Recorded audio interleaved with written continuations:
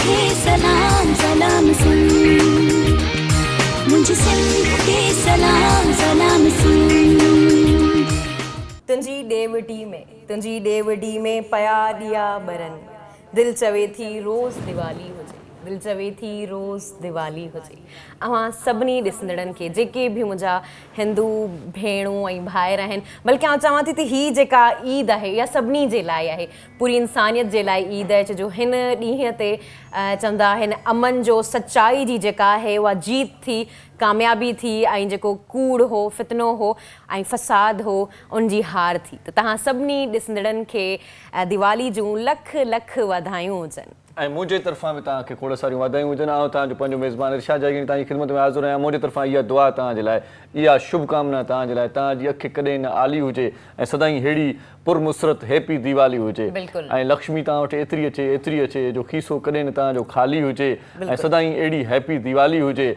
ऐं तव्हां वटि मुश्किलात कॾहिं न का माली हुजे, सदाईं अहिड़ी हैप्पी दिवाली हुजे। मस्तनि में हुजो, मौजनि में हुजो, रोशनियुनि में हुजो। रोशनियुनि जो त्योहार आहे, रोशनियुनि जो ॾिणु आहे। पाण अञा डिटेल में पोइ वेंदासीं त भर्त जो छा मामिलो हुयो, पाण माता लक्ष्मी जी ॻाल्हि बि पोइ कंदासीं जॾहिं असांजा मौज़ महिमान ईंदा, ऐं पाण रावण जी ॻाल्हि बि पोइ कंदासीं। पर पाण हूअं जेकॾहिं ॾिसूं था त आलम इंसानियत खे जेको तव्हां चयो पिए, ऐं तव्हांजो ॾीओ हीअ वठां थो ऐं हिते रखां थो, तव्हांजी हेल्प थोरी कयां, ऐं ईअं हेल्प कंदा कयो। पंहिंजे जेकी बि तव्हां जूं सरतियूं हुजनि या ॿाहिरि हुजनि, भेणियूं हुजनि, उनजी हेल्प कंदा कयो। सो ॻाल्हि चवण जी इहा आहे त अॼु ॾाढो सुठो त्योहार आहे हिंदू बिरादरी जे लाइ। जेकी बि असांजा परस्तार आहिनि ॿुधाए छॾियो पिया, या जेकी सिंध टीवी ॾिसंदड़ आहिनि, पोइ सिंध में रहनि था या हिंद में रहनि था, हिंदुस्तान वारनि खे बि तमामु घणी वाधाई हुजे। तमामु घणी वाधाई इनजे करे बि ॾियूं था त क्रिकेट मैच उन्हनि खे ॾी आहे त ईद उन्हनि जी ॿीणी थी वई आहे। सही था चओ, कल्ह जी जेके ख़ुशियूं आहिनि उहे डबल थी वियूं आहिनि। अॼु दिवाली जो ॾींहुं आहे, दिवाली जी असां स्टार्ट कई। दिवाली जो जेको ॾियारो आहे उहो अमन जो ॾिहाड़ो आहे। उनमें जेकॾहिं असां स्टोरी करियूं त काफ़ी स्टोरीज़ आहिनि, असां ॿुधंदासीं जेके असल में उन ते सही तरीक़े सां ॻाल्हाए सघनि था। असां बसि इंट्रोडक्शन में रैंडमली थोरी कुझु ॻाल्हियूं तव्हां सां शेयर कंदासीं। पहिरीं ॻाल्हि इहा आहे त हीअ जेको आहे न, उहो चवंदा आहिनि उंधाए में रोशनियुनि जो त्योहार आहे। जॾहिं उंधाए थी वेंदी आहे, पोइ उहा ज़िंदगी जी उंधाए हुजे या पोइ तव्हांजी एरिया जी उंधाए हुजे, उनमें हिकिड़ा ॾीआ ॿरंदा आहिनि, तव्हांजी ज़िंदगी जेका आहे उहा रोशन थी वेंदी आहे। हिन त्योहार ते जेको आहे उहो मोहबत जी बि जीत आहे, मोहबत जी बि आहे, ऐं उनखां अलावा अमन जी बि आहे। ऐं आउं सम्झां थी त अमन तॾहिं ई अची सघे थो जॾहिं असां एक्सेप्ट कंदासीं डाइवर्सिटी खे। असांजी एरिया में, असांजी कंट्री में, असांजे टाउन में तेसि ताईं पीस न डेवलप थींदो जेसि ताईं असां पाण डाइवर्सिटी खे एक्सेप्ट करणु न चाहींदासीं। जॾहिं खां असां करणु शुरू करे छॾियो, उन ॾींहं खां वठी असांजी कंट्री में, असांजे एरिया में पीस अचणु शुरू थी वेंदो। असां जेको अॼु रंग बिरंगी कपिड़नि में तयारु थी करे अव्हांजे आॾो आया आहियूं, असांजे सेट तव्हांखे नज़र अची रहियो हूंदो, ॾाढो ख़ूबसूरत सेट नज़र अची रहियो आहे। ॾीआ सेट आहे, पर आउं चाहियां थो इन ॻाल्हि ते, तव्हांजी ॻाल्हि ते अञा ॻाल्हि खे अॻिते खणा। हीअ जेके ॾीआ असीं जलायूं था, हीअ जेकी दीप जलायूं था, छो न पाण हिकिड़ो दीप दिलि में बि जलाए वठूं, छो न पाण हिकिड़ो दीप सोचुनि में बि जलाए वठूं, त पंहिंजी ज़िंदगी तमामु घणी आसान थींदी। ऐं हिंदू भाइर हिन त्योहार खे, हिन ॾिण खे मल्हाइण जे लाइ कई ॾींहं पहिरियां कोशिशूं वठणु शुरू कंदा आहिनि, पंहिंजा दुकान रंग रोगन करणु शुरू कंदा आहिनि, पंहिंजे घर जी सफ़ाई करणु शुरू कंदा आहिनि, पाण खे बि नोबनो करण जी कोशिशि कंदा आहिनि। ऐं ख़ासि तौर ते हिन ॾिण ते जेकी औरतूं हूंदियूं आहिनि, ख़ासि तौर ते उहे फरमाइश बि कंदियूं आहिनि पंहिंजे वरनि खां त तोहफ़ो कहिड़ो ॾींदे, त पोइ सोन जी मार्फत बि उन्हनि खे तोहफ़ा गिफ्ट ॾिना वेंदा आहिनि। के असांजूं सरतियूं अॼु रिंग वठंदियूं, के सोन बाक़ाइदा किलो जे माप सां वठंदियूं आहिनि। सो इहे समूरियूं शयूं जेके आहिनि अॼु थींदियूं, मिठाइयूं बि थींदियूं। ऐं अॼु जे ॾींहं ते जेका इरशाद रंगोली थींदी आहे, केॾी न ख़ूबसूरत रंगोली ठहियल हूंदी आहे, मुख़्तलिफ़ रंगनि सां रंगोली ठहियल हूंदी आहे। ऐं इहे ई रंग जेके आहिनि उहे असल ज़िंदगी जा रंग आहिनि। असां जॾहिं इन्हनि रंगनि खे सम्झणु शुरू करे छॾंदा आहियूं, इन्हनि रंगनि में जीअणु शुरू करे छॾंदा आहियूं, असांजी जेका ज़िंदगी आहे उहा बि रंगीली थी वेंदी आहे, रंगनि सां भरिजी वेंदी आहे। ऐं असां ख़ुशनसीब आहियूं त असां हिन मुआशरे में रहूं था। असांजी स्पेशली सिंधी कम्युनिटी जी ॻाल्हि करियां, तारीफ़ बि कंदी हलां त असांजी सिंधी कम्युनिटी में एक्सेप्टेंस घणी आहे। असां सभिनी खे एक्सेप्ट करियूं था ऐं असां करणु चाहियूं बि था, छो जो ही टाइम आहे जंहिंमें हिकिड़ो कशमकश वारी जॻहि आहे, गहमा गहमी लॻी पई आहे, उन में असां हिक ॿिए खे एक्सेप्ट न करियूं त पोइ को चारो ई न आहे। एक्सेप्ट कयूं था न, इहो ॾिसो त पाण ॿियो जेको आहे मल्हायूं था। हाणे ख़बर अथव के खोड़ अहिड़ा दोस्त हूंदा जेकी चवंदा हुआ तव्हांजो कहिड़ो कमु आहे। ॻाल्हि इहा आहे त हिंदू असांजा क़दीम जी राखी ते बि असांखे ॿुधण में मिली हुई इहे ॻाल्हियूं काफ़ी, त तव्हांजो कहिड़ो कमु आहे, तव्हां यश छो था हिंदू जिमखाना में कल्ह टियों दिवाली जो ॾाढो सुठो शो हुयो, माशाल्लाह तमामु ज़बरदस्त उहो हुते मूं कयो पए त पोइ मूं पोस्ट रखी त कुझु माण्हुनि वरी उनजी मुखालफ़त बि कई, चयूं तव्हांजो कहिड़ो कमु आहे, तव्हां वञी करे हुते प्रोग्राम कयो था हिंदुनि जे विच में। हिंदू असांजा भाइर आहिनि, असांजा क़दीमी रहाकू आहिनि, ऐं असांखे जॾहिं मोहबत मिले थी, असांजे ईद बरात ते जॾहिं हू ईद जूं मुबारकूं ॾींदा आहिनि त असांजो फ़र्ज़ु आहे त उन्हनि खे पाण ॾियारीअ जी मुबारक ॾियूं। ॾियारी बि हिनखे चवंदा आहिनि, ॾिण खे दिवाली बि चवंदा आहिनि, दीपावली बि चवंदा आहिनि। खोड़ सारा नाला आहिनि। सो बहरहाल अॼु ख़ुशियुनि जो ॾींहुं आहे, अॼु इतमाम जो ॾींहुं आहे, अॼु मज़े जो ॾींहुं आहे। थोरी देरि में असांजी हिंदू कम्यूनिटी जा कुझु माण्हू, कुझु दोस्त, कुझु शख़्सियतूं असांजे प्रोग्राम में ईंदियूं। कुझु न काफ़ी अची वेंदा, ऐं अव्हांखे असांजो सेट जेको आहे भरियल लॻंदो। चवंदा आहिनि असां शुरू खां वठी महिमान नवाज़ ते रहिया आहियूं, त हिन टाइम ते ईदूं हुजनि असांजूं या असांजूं जेके त्योहार हुजनि, त पोइ महिमान न हुजनि त मज़ो न आहे ईंदो। तव्हांखे मुख़्तलिफ़ महिमान असांजे सेट ते नज़र ईंदा ऐं उन सां मुख़्तलिफ़ असां कचहरियूं बि कंदासीं। सही, कचहरियूं कंदासीं कुर्ब वारियूं, पर कम जी ॻाल्हि हिकिड़ी तव्हां सां हिन वक़्तु शेयर कयूं था, छो त प्रोग्राम जा लम्हा कुझु मुख़्तसिरी हूंदा, कचहरी घणी हूंदी, महिमान घणा हूंदा। इन जे करे कम जी ॻाल्हि तव्हां हाव में हटाए छॾियो, ज़हन में रखी छॾियो त पोलियो जी मुहिम 24 खां 28 ताईं शुरू थी चुकी आहे। सो हाणे जेकॾहिं तव्हां पोलियो जा फोड़ा पंहिंजे ॿारनि खे नाहिनि पीआरिया त महिरबानी करे पीआरिजो। हर पीउ माउ जी इहा ख़्वाहिश हूंदी आहे, बल्कि क्रिकेट खेॾंदे कंहिं ॿार खे ॾिसंदो आहे पीउ माउ त पोइ चवंदो आहे त को अहिड़ो ॾींहुं बि अचे जो मुंहिंजो ॿार बि पाकिस्तानी क्रिकेट टीम जी नुमाइंदगी करे। नुमाइंदगी कीअं कंदो, छो त फिटफाट हूंदो, सेट हूंदो। सो पंहिंजे ॿार खे पोलियो जा 2 फोड़ा ज़रूरु पीआरियो। तव्हां पंहिंजे ॿार खे माज़ूरी खां बचायो। पोलियो हिकु लाइलाज मर्ज़ु आहे, इनखे जेकॾहिं पाण पोलियो जे फुड़नि सां ई मात ॾेई सघूं था त छो न ॾिजे। एक्ज़ैक्टली, अव्हां सही चई रहिया आहियो। जो 38 ज़िलनि में मुल्क जे पूरनि जेके आहिनि उनजा 38 ज़िला आहिनि जंहिंमें पोलियो जी जेका आहे मुहिम शुरू थी वई आहे 24 खां वठी 28 ताईं। त बराए महिरबानी पंहिंजे ॿारनि खे पोलियो जा फुड़ा ज़रूरु पीआरियो। जेकॾहिं तव्हां चाहियो था त पाकिस्तान जो नालो रोशन कल वांगुरु जी पाकिस्तान खे असां नथा चऊं, पर उहे वरी अॻियां खटे वञनि, तव्हांजा ॿार उन में इन्वॉल्व थियनि। त लाइलाज बीमारी जो इलाज सिर्फ़ु हिकु आहे त तव्हां फुड़ा पीआरियो। ऐं जॾहिं बि पोलियो जी टीम अव्हांजे दर ते अचे थी त उन्हनि लाइ वेलकमिंग थियो, उन्हनि खे वेलकम करियो, छो जो जेकॾहिं तव्हां अॼु इहो कदम खणंदा सुभाणे अव्हांजो ॿारु पंधु करे सघंदो। सही सही, फ़ैसिलो अॼु करिणो आहे। जेकॾहिं तव्हांजे सुभाणे ॿार खे हलणो आहे, पंधु करिणो आहे, फ़ैसिलो अॼु करिणो आहे। सो जेका टीम पहुचे थी उन्हनि जो तहे दिलि सां आदरभाव कयो, पंहिंजनि ॿारनि खे पोलियो जा 2 फोड़ा ज़रूरु पीआरियो। पिण तव्हांखे ॿुधाए छॾियो आहे, मां बि तव्हांखे ॿुधायां थो त 38 ज़िलनि में पाकिस्तान जे ख़ासि तौर ते 24 तारीख़ खां 28 अक्टूबर ताईं पोलियो जी मुहिम जो स्टार्ट थी चुको आहे। पोलियो जा फोड़ा हर ॿार खे, जेकी 5 सालनि ताईं जा ॿार आहिनि, हर भेरे ज़रूरु पीआरियो। महिरबानी इहा ज़रूरु कजो, टाइम ज़रूरु सीड़ाइजो। जेकॾहिं बेल वॼे थो, दरवाज़ो खड़के थो त पोलियो जी टीम पहुचे थी त पंहिंजा ॿार समूहे ऐं थानी करे सभिनी खे पोलियो जा 2 फोड़ा ज़रूरु पीआरियो। पोलियो लाइलाज मर्ज़ु आहे ऐं हिन मर्ज़ खे मुंहुं सिर्फ़ु फोड़नि सां या वैक्सीनेशन सां कराए सघिजे थो, बंदि करे सघे थो हिन मर्ज़ खे। सो पंहिंजनि ॿारनि खे पोलियो जा फोड़ा ज़रूरु पीआरियो। अॼु खोड़ सारा ॾिण बि आहिनि ऐं खोड़ सारियूं ॻाल्हियूं बि आहिनि। अॼु जेको आहे सो मादरे जमहूरियत नुसरत भुट्टो साहिबा जी वरसी जो ॾींहुं बि आहे। सो नुसरत भुट्टो साहिबा तमामु घणो जेको आहे कमु कयो ऐं ख़ासि तौर ते ज़ुल्फ़कार अली भुट्टो जॾहिं इक़्तिदार में हुयो त उनजी बांह ॿेली रही। इन खां सवाइ बेनज़ीर खे बि आथतूं या बेनज़ीर खे सलाह मशवरा बि उन तमामु घणा न। आसिफ अली ज़रदारी साहिब जो बिना वाले सां तमामु घणो ज़बरदस्त बयानु अची वियो आहे त जेको आहे नुसरत भुट्टो साहिबा खे तारीख़ कॾहिं बि विसारे नथी सघे। ख़ामोशीअ सां सुठे तरीक़े सां उन निभाउ कयो, ख़ासि तौर ते सिंध ऐं पाकिस्तान जी सियासत में बि निभाउ कयो ऐं पंहिंजी फैमिलीअ खे बि उन जहिड़े तरीक़े सां ॾिठो, छो त हुनजो पुटु गुज़ारे वियो, शहीद थी वियो, हुनजो वर शहीद थी वियो, हुनजो ॿियो पुटु उहो बि शहीद थी वियो, वरी जेको आहे सो माना ही समूरा जेकी बि वाक़िया आहिनि उहे समूरा जेके आहिनि से पंहिंजनि अखियुनि सां ॾिसणु इहो तमामु वॾो माना वॾो कमु हुयो जेको हुन वॾी दीदा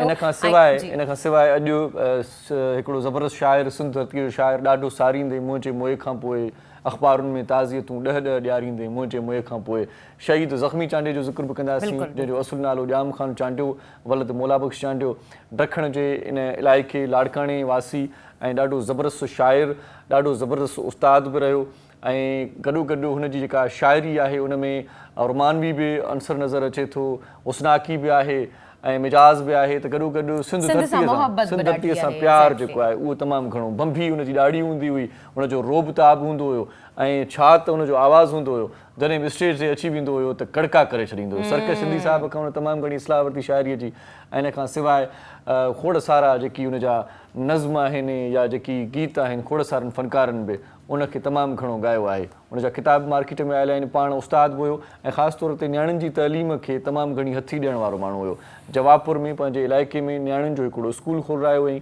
ऐं उते हिकिड़ी नियाणीअ खे उस्ताद बि मुक़ररु करायो हुई पाण चांडिया कबीले सां हुनजो तालुक़ु हुयो त ॿिनि चांडियुनि में थोरी फिड़फोड़ पइजी वई उहा कोन हुई पोइ उनजे करे हिकिड़ी दुश्मनी पैदा थी वई ॿियनि चांडियुनि हिनखे चयो त तूं केरु थींदो आहे जो वरी नियाणियुनि खे पढ़ाईंदे ऐं वरी नियाणी टीचर बि कंदे इहो कहिड़ो तरीक़ो आहे पोइ कशमकश वधी वई झेड़ा वधी विया मतिलबु ॻाल्हि वञी हिते पहुती जो हिकिड़े ॾियारे ज़ख़्मी चांडियो पंहिंजे स्कूल ॾह वापसी या वञण वारो जेको समा हुयो रस्ते ते बहरहाल ॿुधूं था त रस्ते ते उनखे गोलियूं हणी शहीद कयो वियो ज़ख़्मी चांडे जो ख़ाल सिंधी शाइरी में अञा ताईं न वधी सघियो आहे हुनजो पंहिंजो मिज़ाज हुयो हुनजो पंहिंजो स्टाइल हुयो हुनजी पंहिंजी लिखत हुई सो अॼु असां सोचियोसीं पिया त जेकी बि नंढा नंढा मामला आहिनि उहे तव्हां ताईं शेयर कयूं इन खां सवाइ अॼु इहा बि ख़बर पई आहे त अरशद शरीफ़ खे शहीद कयो वियो आहे जी बिल्कुलु उन्हनि खे बि सुठो शहीद सहाफ़ी जी बिल्कुलु उन्हनि खे बि शहीद कयो वियो आहे उन्हनि जे बि घर वारनि खे असां उन्हनि जे जेके ॾुख में उहो बराबरि जा शरीक कयो मुसलसिल मुख़्तलिफ़ टीवी चैनल्स ते असांखे मुसलसिल उन्हनि जूं ख़बरूं मिली रहियूं आहिनि ऐं उन्हनि खे बि शहीद कयो आहे मतिलबु अॼु जो ॾींहुं ईअं लॻे थो जहिड़ो कर सभिनी खे शहीद कयो वियो आहे ऐं उनखे अलावा खां इहो बि ॻाल्हि ॿुधाईंदा हलूं त अॼु जे ॾींहं ते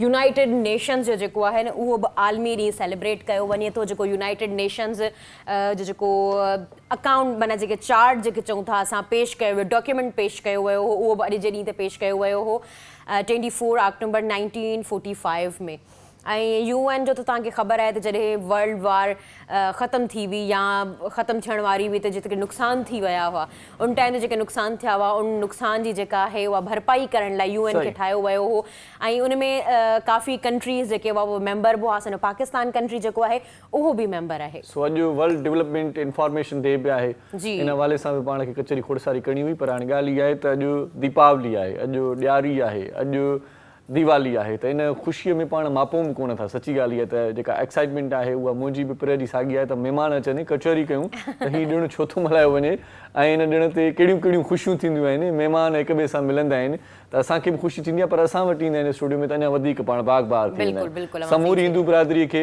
असांजे तरफ़ां हिकु भेरो वरी हिन ॾियारे जूं लख लख वाधायूं हुजनि हिकिड़ो शॉर्ट कमर्शियल ब्रेक था वठूं मौज़ महिमाननि खे इन करण जे लाइ उन खां पोइ वरी कचहरी कंदासीं अॼु धमाक चोड़ो हूंदो अॼु बाक़ाइदा मस्ती हूंदी मज़ाक हूंदी कचहरी हूंदी खोड़ सारी ऐं को हिंदू भाउ या भेण असांजो प्रोग्राम ॾिसे पई त असांजे प्रोग्राम में शामिल थी करे डायरेक्ट करे सघो था तव्हां सो केॾांहुं बि न वञो असां सां गॾु रहिजो हैप्पी दिवाली ऐं सलाम सिंध मुझे सिंध के सलाम सलाम सिंध मुझे सिंध के सलाम सलाम सिंध सलाम सिंध में हिकु भेरो वरी तव्हांखे भलीकार चऊं था हिकु भेरो वरी तव्हांखे दीपावली जूं खोड़ सारियूं वाधायूं हुजनि जेका बि हिंदू बिरादरी आहे ॾेह में रहे थी परॾेह में रहे थी सिंध में रहे थी या हिंदू में रहे थी अॼु तव्हां टेलीफोन करे असांजे प्रोग्राम में शामिलु थींदो इन पुरमुसत मौक़े ते पंहिंजा ख़्याल वंडींदो असां सां गॾु हूंदो त असांखे तमामु घणी ख़ुशी थींदी ख़ुशीअ जो समा आहे अॼु बि ऐं ॾीया बि ॿरनि था इहे दीप जेकी पंहिंजे घरनि ते रोशन आहिनि अहिड़ा ई दीप पंहिंजी दिलि में बि रोशन थी पवनि त ॾाढो सुठो थींदो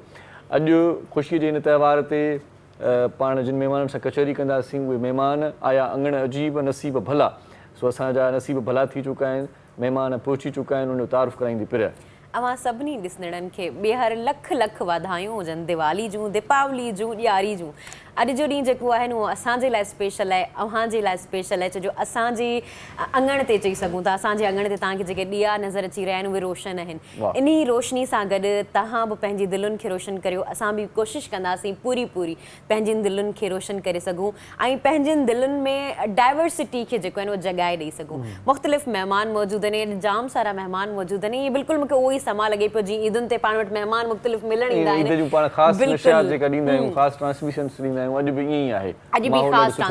बिल्कुलु अमां सही थी रहिया आहियो जेकॾहिं पहिरें महिमान जी तरफ़ ईंदी अञा उहे असांजे प्रोग्राम में बि काफ़ी दफ़ा अची चुका आहिनि ऐं ॾाढो सुठो ॻाल्हाइनि था उन्हनि जो तारीफ़ पहिरीं कराईंदी हलां कृष्ण सागर साहब अवां के प्रोग्राम में भलीकार चऊं था पाण चीफ कोऑर्डिनेटर आहिनि हिंदू काउंसिल जा ऐं उनखां इहो जेको हिंदू काउंसिल आहे उनजा जेके आहिनि उहे 2 मेंबर असां वटि प्रोग्राम में मौजूदु आहिनि ऐं उहे प्रोग्राम में ईंदा रहंदा आहिनि ॾाढी सुठी उन्हनि सां गुफ़्तगू थींदी रहंदी आहे ऐं उनखां अलावा ॿिए जो तारुफ़ कराईंदी हलां त परशोत्तम रामाणी साहब प्रोग्राम में मौजूदु आहिनि अवां खे प्रोग्राम में भलीकार चऊं था जनरल सेक्रेटरी आहिनि हिंदू काउंसिल जा ऐं उनखां अलावा अव्हांजी तव्हांजी सभिनी जी पाण सभिनी जी प्यारी जेका आहे उहा बि मौजूदु आहे उनजो नालो मुंहिंजी भेण थी वई आहे तव्हांजी मूंखे राखी ॿधी अथई त हाणे मुंहिंजी भेण आहे सभिनी जी भेण आहे सिर्फ़ु हिक खे छॾे करे सही आहे सभिनी जी भेण सिर्फ़ु हिक खे छॾे करे रूपमाला खे असां जेके आहिनि उहे प्रोग्राम में भलीकार चऊं था पाण वकील आहे ॾाढी सुठी होशियार वकील आहे एडवोकेट रूपमाला जी जी जी जी सो असां सां गॾु आहे अदी तव्हांजी वॾी महिरबानी तव्हां माना क़ीमती वक़्तु ॾिनो असांजे प्रोग्राम में आयो बिल्कुलु बिल्कुलु ऐं उनखां अलावा प्रोग्राम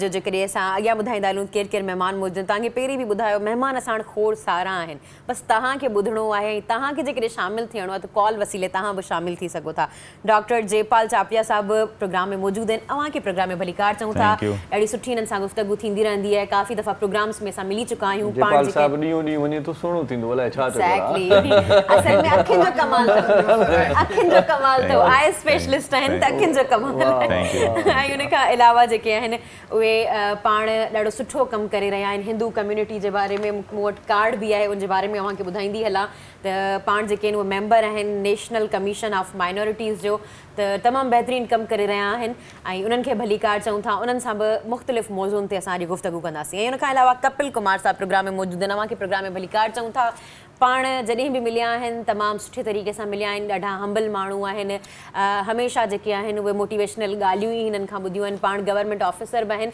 ऐं उनखां अलावा ट्रेनर बि आहिनि संदन पूरी कोशिशि हूंदी आहे त जेके नौजवान आहिनि जेके बिज़नेस जी तरफ़ अचणु चाहिनि था या कुझु नया ट्रेंड्स करणु चाहिनि था डिफरेंट फील्ड्स में त उन्हनि खे ॾाढी हथी ॾिनी अथनि तमामु बहितरीनु तरीक़े सां उन्हनि जी जेका आहिनि उहा मदद बि कंदा आहिनि ऐं उनखां अलावा जेकॾहिं अव्हांखे ॿुधाईंदी हलां त जेके भॼन ॻाईंदा अॼु भॼन पढ़ंदा जेके अॼु उहे रामा साहब प्रोग्राम में मौजूदु आहिनि अव्हांखे प्रोग्राम में भलीकार चऊं था पाण जेके आहिनि उहा इंटरनेशनल हिकिड़ी चई सघूं था कम्युनिटी आहे त उनखे ऑर्गेनाइज़ेशन आहे इंटरनेशनल उन्हनि खे हिते कनि पिया ऐं उन ते तमामु बहितरीनु कमु करे रहिया आहिनि उन्हनि ते बि असां काफ़ी गुफ़्तगू कंदासीं उस्ताद बादल राई खे न विसारींदासीं गॾु हूंदो आहे उहो कीअं विसरंदो उहो त विसरी वॾी महिरबानी तव्हांजी मोहम्मद अली साईं बि असां सां गॾु आहे तव्हांजी वॾी महिरबानी सो स्टार्ट वठूं था सभिनी जी माना मर्ज़ी सां माना गीतनि खां स्टार्ट वठूं छा ख़्यालु आहे तव्हांजो जी हा गीत ऐं कीर्तन साईं नमो विष्णुपादाय कृष्णपृष्ठाय भूतले श्रीमते भक्तिवेदांत स्वामी नमस्ते सरस्वती देवी गौरवाणी प्रचारिणे निर्विशेषा शून्यवादी पाश्चात्य देश तारिणे जय श्री कृष्ण चैतन्य प्रभु नित्यानंद श्री अद्वैत गदाधर शिवासादि गौर भक्तविंद हरे कृष्णा कृष्ण कृष्ण हरे हरे हरे राम राम राम हरे हरे हरे कृष्ण कृष्ण कृष्ण हरे हरे हरे राम राम राम हरे हरे हरे कृष्ण कृष्ण कृष्ण हरे हरे हरे राम राम राम हरे हरे हरे कृष्ण कृष्ण कृष्ण हरे हरे हरे राम राम राम हरे हरे सभी चो Hare Krishna Krishna Krishna Hare Hare Hare Ram Ram Ram Hare Hare Hare Krishna Krishna Krishna Hare Hare Hare Ram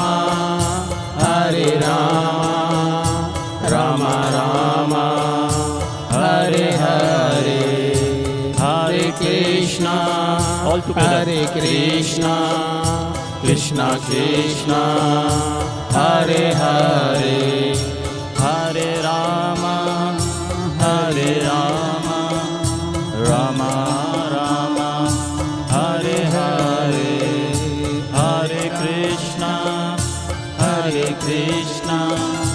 Krishna Krishna, Hare Hare, Hare Rama, Rama Rama, Hare Hare, Hare Krishna, Krishna Krishna, Hare Hare, Hare Rama, Rama Rama, Hare Hare. Hare Krishna, Krishna Krishna, Hare Hare, Hare Rama, Rama Rama, Hare Hare. वाह माना मन खे सुख मिलियो न ॿुधी करे, करार अची वियो न। वाह वाह। हाणे कृष्ण साहिबु इहो ॿुधायो त मूं ॿुधो आहे त ख़ुशहालीअ जी मुंद में ई माना दिवाली मल्हाई वेंदी आहे, हिस्ट्री छा आहे? सभ खां पहिरीं इरशाद साहब तव्हांखे ऐं सिंध टीवी जे चैनल तां ऐं पाकिस्तान हिंदू काउंसिल जे एज़ अ चीफ कोऑर्डिनेटर जी हैसियत सां हिन दुनिया जे ॻोल्हे ते वसंदड़ तमामु आलम इंसानियत खे दीवाली जूं लख लख वाधायूं कंदासीं ऐं तव्हांखे दाद ॾींदासीं हिन वक़्त में जंहिं नमूने मीडिया ते तव्हां हिकिड़ो मज़हबी हमायगी सां दीवाली जो त्योहार मल्हायो था। असीं गॾु आहियूं। असां चाहियूं था पाकिस्तान में इहा जेका मोहबत आहे, इहा ख़ुशहाली जो पैगाम हर मीडिया जे चैनल तां ईअं ई वञणु खपे। जंहिं नमूने ही कीर्तन सां तव्हां शुरूआत कराई, तव्हां यकीन कंदो दिलि खे हिकिड़ी सुकून जेको महसूसु थियो उनजी का क़ीमत ई न आहे। वाह वाह वाह। दीवाली असल में दीवाली जी हिकिड़ी अज़ीम तारीख़ आहे। दीवाली जॾहिं भॻवानु रामचंद्र पंहिंजे पिता जो बनवास भोगण जे लाइ 14 वरे ॿियनि खे पिता जो जेको वचन पालण जे लाइ बनवास वञिणो पियो, उते जॾहिं रावण खे मारे वापसि मोटियो त उन ख़ुशी में जेको सो अयोध्या नगरी जे माण्हुनि दिया जलाए उनजो स्वागत करे दीवाली जो नवेदन कयो। रावण खे मारण जी हिकिड़ी हिस्ट्री आहे। तव्हांखे ॿुधाईंदो हलां त रावण हिकिड़ो महाज्ञानी पुरुष हुयो। जॾहिं रावण खे मां शॉर्ट इन करे करियां थो त टाइम महिमान घणा आहिनि। रावण खे जॾहिं भॻवानु रामचंद्र मारियो तॾहिं माण्हुनि ख़ुशी मनाई, छो त रावण खे तमामु घणो ज्ञान ऐं नॉलेज हुई, तमामु घणो ज्ञान, पर हुनखे अहंकार हुयो।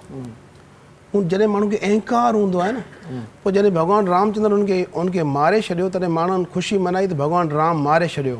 त भॻवानु राम चई न, मां न मारियो हिनखे, हिनजे अहंकार मारियो, हिनखे क्रोध मारियो। दीवाली हिकिड़ो सबक़ु ॾिए थी त हीअ जेके पाण आर्टिफिशियल दिया जलायूं था, इहे रोशनी जेके ॾियनि था, इहो दिया असां पंहिंजी दिलनि में जलाए पंहिंजे अंदरि जो अहंकार मिटाए अंदरि जे रावण खे मारे उन दीवाली खे मल्हायूं, न कि सिर्फ़ु ॿाहिरियां दिया जलायूं। उनखां पोइ दीवाली जो मल्हाइण जो हिकिड़ो ॿियो मक़सदु हुजणु खपे। तव्हांखे मां ॿुधाईंदो हलां ऐं तव्हांखे हिकु दफ़ो वरी थैंक्स कंदुसि, तव्हां अॼु पाकिस्तान हिंदू काउंसिल खे इनवाइट कयो त असां एज़ अ 3 गेस्ट जेको सो पाकिस्तान हिंदू काउंसिल खां आया आहियूं। पाकिस्तान हिंदू काउंसिल जे प्लेटफॉर्म तां असां हमेशह हर साल दीवाली जेको मल्हाईंदा आहियूं उहो पहिरीं असां दीवाली मल्हाइण या ईद हुजे या दीवाली सिर्फ़ु नवां कपिड़ा पाइण सां या पाण खे सिंगारण सां दीवाली या मुंहिंजी नज़र में ईद न आहे हूंदी।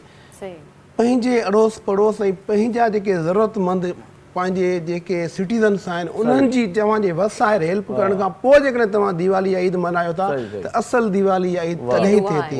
हिन वक़्त में तव्हांखे मां ॿुधाईंदो हलां, असां पाकिस्तान हिंदू काउंसिल जे प्लेटफॉर्म तां घटि में घटि अबो 5000 माण्हुनि खे राशन घर घर पहुचायो आहे। उनखां सवाइ जेके कुझु अहिड़ियूं जेके असांजूं माइरूं भेनरूं आहिनि जेके हुनर अचे थो उन्हनि खे असां सिलाई मशीनूं पहुचायूं आहिनि। ॾाढो सुठो कमु कयो था। उनखां पोइ अहिड़ा जेके ज़रूरतमंद ॿार आहिनि जंहिं वटि चप्पल ऐं कपिड़ा पाइण जे लाइ न हुया त उन्हनि जी बि असां हिकिड़ी फस्ट क्लास डिस्ट्रीब्यूशन कई आहे। उन खां पोइ असां महसूसु कयो त हाणे असांखे दीवाली मल्हाइण जो जेको सभु मज़ो ख़ुशियुनि ईंदो में बराबरि शरीक थियनि। बराबरि हिंदू हुजे। काउंसिल जेके न जनरल सेक्रेटरी मौजूदु आहिनि उन्हनि खां पुछूं था त जेके तव्हां इहा डिस्ट्रीब्यूशन वग़ैरह कई उन खां पोइ केतिरो सुकून मिलियो आहे, कीअं पिया मल्हायो? छो जो उहो त हिकिड़ो चवंदा आहिनि डबल थी वई ख़ुशी असांजे लाइ। जी अदीप असल में मन जी ख़ुशी इहा आहे जेका तव्हां जी पहिरियों ही कीर्तन ॿुधो ऐं सुकून अची वियो।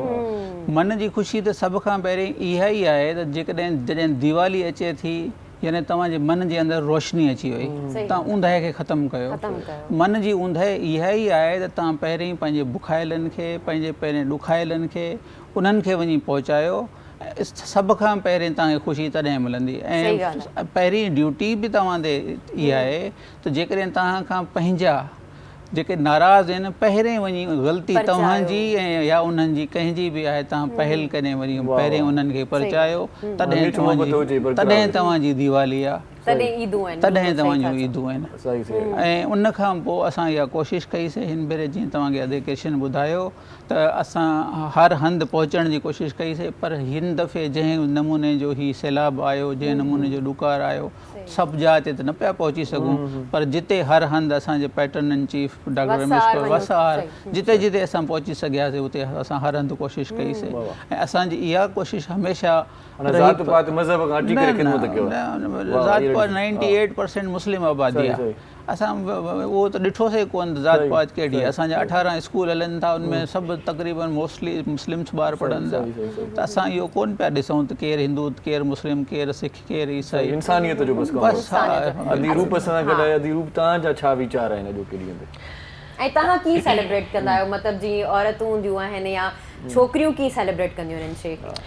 सभ खां पहिरीं त आउं सलाम सिंध ऐं सिंध टीवी जे पूरी टीम जे तमामु घणी थोराइती आहियां जिन अॼु हिन प्रोग्राम में असांखे घुराए करे ऐं इहो ज़ाहिर कयो आहे त जेको काफ़ी साल पहिरीं जेका मतिलबु बग़ैर के डिस्क्रिमिनेशन जे असां हिंदू मुस्लमान सभु गॾु हर ज़ात पात जा माण्हू सभु गॾु त्योहार मल्हाईंदा हुआसीं। त उहा अहसासनि जी ख़ुशबू हाणे ॿीहर उभरी आहे, ॿीहर अचे थी।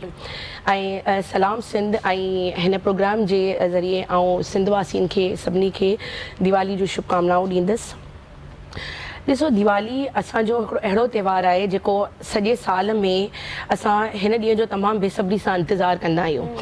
जीअं हिन जे पुठियां जेका हिकु कहाणी आहे न, ॾिसो दिवाली जेका आहे उहा जीत जो त्योहारु आहे, ठीकु आहे न, ऐं रिश्तनि जी पवित्रता जो त्योहारु आहे, वाइदो निभाइण जी रीत जो त्योहारु आहे।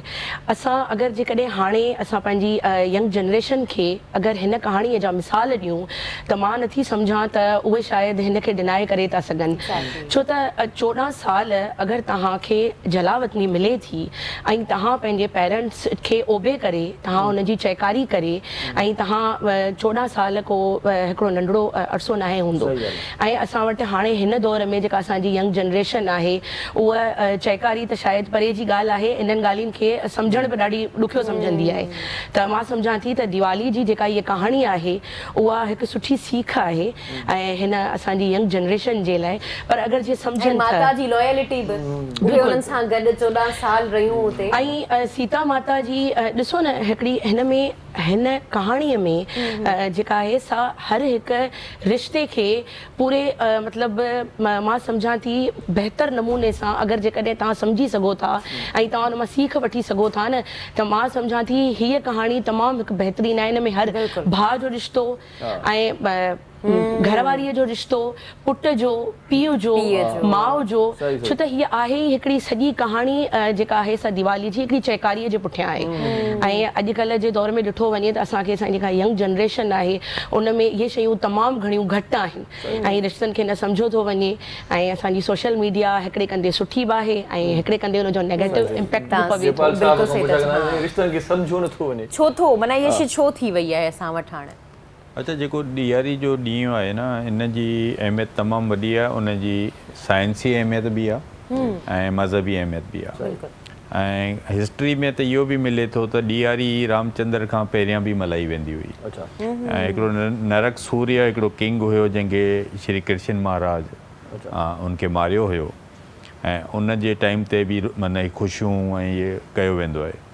ऐं लक्ष्मी माता जी जेका असांजी दौलत जी देवी आहे उनजी पूॼा बि इन ॾींहं ते माण्हू कंदा आहिनि ऐं पूरी दुनिया में कई हंधनि ते जेके बिज़नेसमैन आहिनि पंहिंजे बिज़नेस जी शुरूआति ॾियारी ते कंदा आहिनि ऐं शाह लतीफ़ पंहिंजे रसाले में ॾियारी खे ॻायो बि आहे हुन बि असां इनखे इग्नोर न कयो आहे ॾिठे ॾियारी साम्हूं ॾियनि सिड़ संभाया उनजो इहो हूंदो त हिन मौसम में जीअं असांजा जेके ॾिण आहिनि न उहे सीज़नल आहिनि चेंज न थींदा आहिनि जेके मुस्लमाननि जी ईद आहे कॾहिं गर्मी में ईंदी आहे कॾहिं सर्दी में असांजो हीउ त्योहार हमेशह अक्टूबर नवंबर में ॾियारी ईंदी ऐं जेको होली जो आहे उहो बहार जी मौसम में फिक्स आहे माना सीज़न असांजी फिक्स आहे हाणे हिन जी साइंसी अहमियत इहो आहे तमामु दुनिया में माण्हू हिंदू जिते बि रहनि था उहे पंहिंजे घरनि जी दुकाननि जी ॾियारी में सफ़ाई कंदा आहिनि ऐं कई कलर कराईंदा आहिनि सफ़ाई करण जे करे जेको मच्छर थिए थो उहो मच्छर बि असां वटि घटि थी थो वञे छो जो हिन मौसम में मलेरिया पाण डेंगी ते बि ॻाल्हायूं पिया अॼुकल्ह त इहो मच्छर बि इन में ख़तमु थिए थो ऐं ॿियो जेको हीअ मिठाई खाऊं पिया पाण अॼु तव्हां विरहाए इहा जेका एनर्जी खपे थी मौसम जॾहिं सीज़न चेंज थिए थी गर्मीअ मां सर्दी त असांखे हिकिड़ी टॉलरेशन लाइ एनर्जी खपे त उहो बि हीअ पाण कयूं पिया ऐं मज़हबी अहमियत इहा आहे त रामायण में 3-4 लेसन था मिलनि हिकिड़ो त रामचंद्र ओबे कयो ऐं पंहिंजे 14 साल विदाउट एनी सवाल जवाब जे फादर जे मां छो वञा जंगल ऐं इहा माना ओबीडियंस असांखे मिले थी जेको मुंहिंजो फादर हुयो हुनखे ख़बर हुई त हिन जे वञण सां मुंहिंजो डेथ थी वेंदो मां न बचंदो पर हुन कमिटमेंट पूरी कई ऐं इन में रामायण में इहो आहे त रघुकुल रीत यही चलाई प्राण जाए पर वचन न जाए तव्हां भले मरी वञो पंहिंजी कमिटमेंट तव्हांखे पूरी करणी आहे अच्छा हुनजी वाइफ हुन सां गॾु वञे थी जंहिंजे लाइ कंपलसरी न हुयो उहा हुन सां पंहिंजो लव ॾेखारे थी मोहबत ॾेखारे थी नंढो भाउ जंहिंजे लाइ कंपलसरी न हो उहो पंहिंजो ब्रदरहुड शो करे थो त मां पंहिंजे भाउ सां पंहिंजी मर्ज़ी सां वेंदुसि अच्छा जंहिं भाउ खे हुकूमत मिली उन बि वॾे भाउ जी इज़त रखी त मां तुंहिंजी हुकूमत सिर्फ़ु तॾहिं कंदुसि जॾहिं तूं पंहिंजूं चाकरियूं जूता ॾेई वेंदे उन पंहिंजी हुनजूं चाकरियूं जूता रखी करे उहा हुकूमत 14 साल कई ऐं ॿियो रावण जी डेथ माना हिकिड़े ज़ालिम खे माना इहो असांखे मज़हब मां मिले थो त जीअं हज़रत इमाम हुसैन विढ़ियो त हक़ लाइ तव्हांखे विढ़णो आहे त हुन रावण खे मारियो अच्छा उते जॾहिं श्रीलंका हिननि फतह कयो त श्रीलंका जी आबोहवा अयोध्या खां कई गुना सुठी मौसम हुई त हुनखे नंढो भाउ चवंदो आहे त पाण हिते रही पऊं श्रीलंका वापसि न वञूं पर रामचंद्र चवंदो आहे न जननी ऐं जनम भूमि सुर्ग खां बि वधीक आहिनि हिकु माउ जेका असांखे पैदा थी करे ॿियो धरती त इन करे असीं पंहिंजी सिंध धरती खे ऐं पाकिस्तान जी धरती खे पंहिंजी माउ जे बराबरि था सम्झूं ऐं इहो असांखे मज़हब ई सेखारे थो त इहे तमामु घणा लेसन असांखे इन मां भाईचारो त मिले थो छो जो मां त नंढे हूंदे खां वठी असांखे यादि न आहे त कॾहिं असां हिंदू मुस्लमान क्रिश्चन गॾिजी करे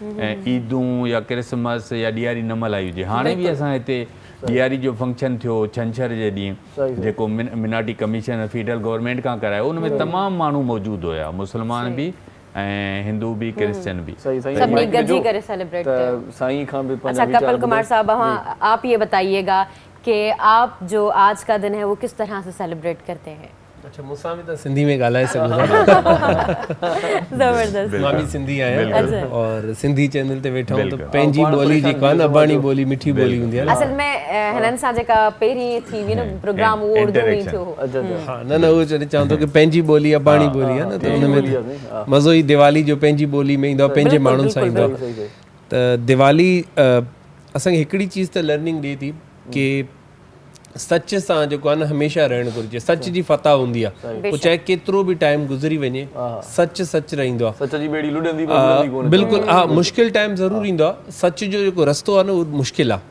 असांजे यूथ खे बि अॼु जी जनरेशन खे बि इहो सम्झणो हूंदो माण्हू चवंदा आहिनि यार सच ॻाल्हाईंदासीं कीअं जल्दी सक्सेस ईंदी कूड़ जे पोयां हर को लॻो पियो आहे त दिवाली हुजे या अहिड़ा जेके बि ॾींहं हुजनि उहे असांखे इहो ॿुधाइनि था की परसिस्टेंस जॾहिं तव्हां में आहे तव्हां जॾहिं रेज़िस्टेंस शो करो था कूड़ जे ख़िलाफ़ त तव्हांखे फतह ज़रूरु मिले थी पोइ चाहे उहा हिकिड़े साल बाद मिले चाहे 10 सालनि बाद मिले चाहे पूरी ज़िंदगी लॻी वञे पर हिकिड़ी चीज़ आहे जॾहिं तव्हां सच ॻाल्हाईंदव न तव्हांखे सुकून मिलंदो आहे और अहिड़ियूं ख़ुशियूं त दिवाली शायदि सिर्फ़ु हिंदुनि जे लाइ न आहे सभिनि जे लाइ छो जो ईद मां बि मल्हाईंदो आहियां छो ईद ते जॾहिं अची करे मुंहिंजा दोस्त मिलंदा आहिनि ईद मुबारक त उहा ई ख़ुशी हूंदी आहे जेकी इरशाद जागीराणी खे हूंदी आहे त दिवाली में बि जॾहिं मूंसां माण्हू मिलंदा आहिनि त उहा ई ख़ुशी ईंदी आहे छो जो मुंहिंजा जेके अक्सरियत दोस्त आहिनि उहे मुस्लिम्स आहिनि पाकिस्तान में त असांखे तव्हां सां गॾु रहणो आहे तव्हांखे असां सां गॾु रहणो आहे बिल्कुलु सही था चओ त हे त्योहार जेके आहिनि न मज़हब स्पेसिफिक न आहिनि अॼुकल्ह हे मां चवंदो आहियां की असांजी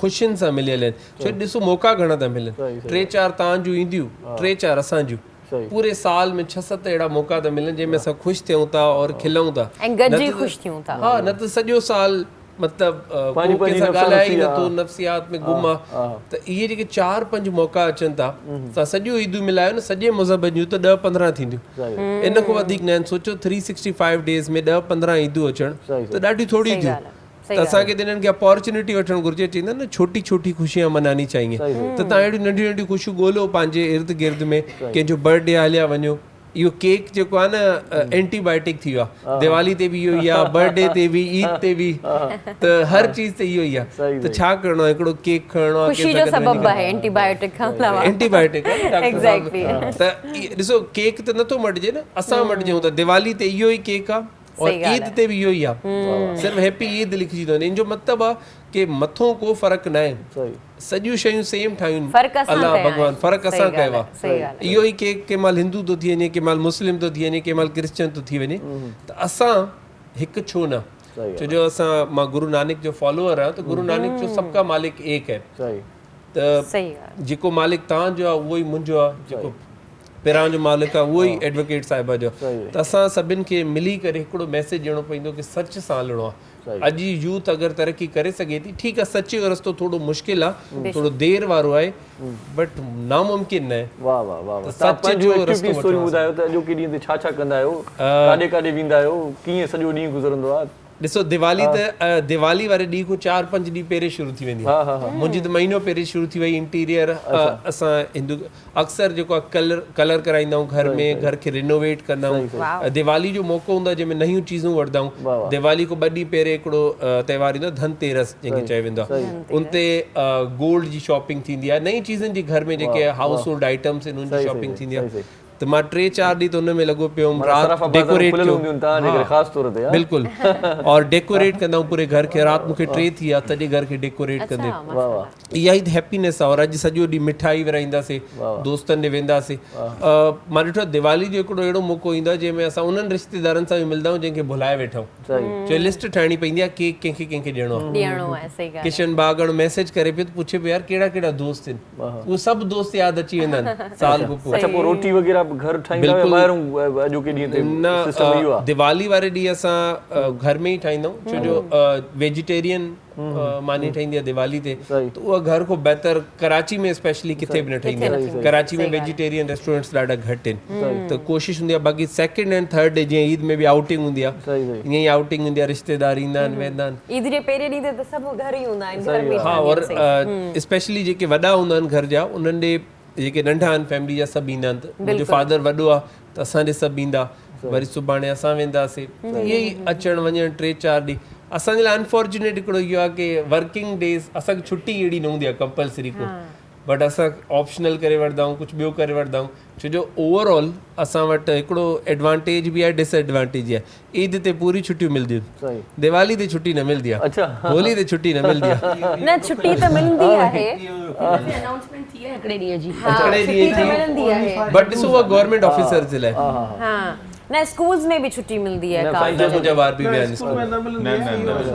फेडरल गवर्नमेंट में भी असां पाकिस्तान हिंदू काउंसिल ने प्लेटफॉर्म ताईं फर्स्ट टाइम इहो जेको नोटिस वठायो वियो हुयो त हिंदू जेके बि आहिनि उनखे पाकिस्तान में दिवाली ऐं होली ते छुट्टी मिलणु खपे अञा ताईं उन ते इम्प्लीमेंट न थियो आहे पर हमेशह इहा एहतजाज रिकॉर्ड कराईंदा आहियूं त हिन मुल्क में उहे ॾींहं अचनि पर हीअ कुझु त रवायतूं सुठियूं हाणे अची वियूं आहिनि जेके पुराणे दौर जूं हुयूं छो त जेका अॼु जी यंग जनरेशन आहे न उन में इहो ॾाढो पॉज़िटिव मैसेज आहे असां सुभाणे हिकिड़ो ॿियो बि तव्हांखे ॿुधाईंदो हलियां पाकिस्तान हिंदू काउंसिल जे प्लेटफॉर्म तां हिकिड़ो प्रोग्राम सुभाणे सेलिब्रेट करण पिया वञूं ओपन स्काई सी जे अंदरि असांजो वरुण देव टेम्पल आहे मनोड़ा ते इन ते तफ़सीली पाण कचहरी क्यों ब्रेक जो टाइम थियो बिल्कुल करे छो त 2 मिनट पहिरियां उन इशारो नो ब्रेक तमामु ज़रूरी आहे मुझो हाणे तव्हां जो मानो जेको आहे सुरातो बि आहे नेट ते कहिड़ो वठो ब्रेक सो हिते शॉर्ट कमर्शियल ब्रेक वठूं था मोटी ईंदासीं तव्हां सां गॾु रहिजो ॾिसंदा रहिजो सलाम सिंध मुझे सिंध के सलाम सलाम सिंध मुझे सिंध के सलाम सलाम सिंध।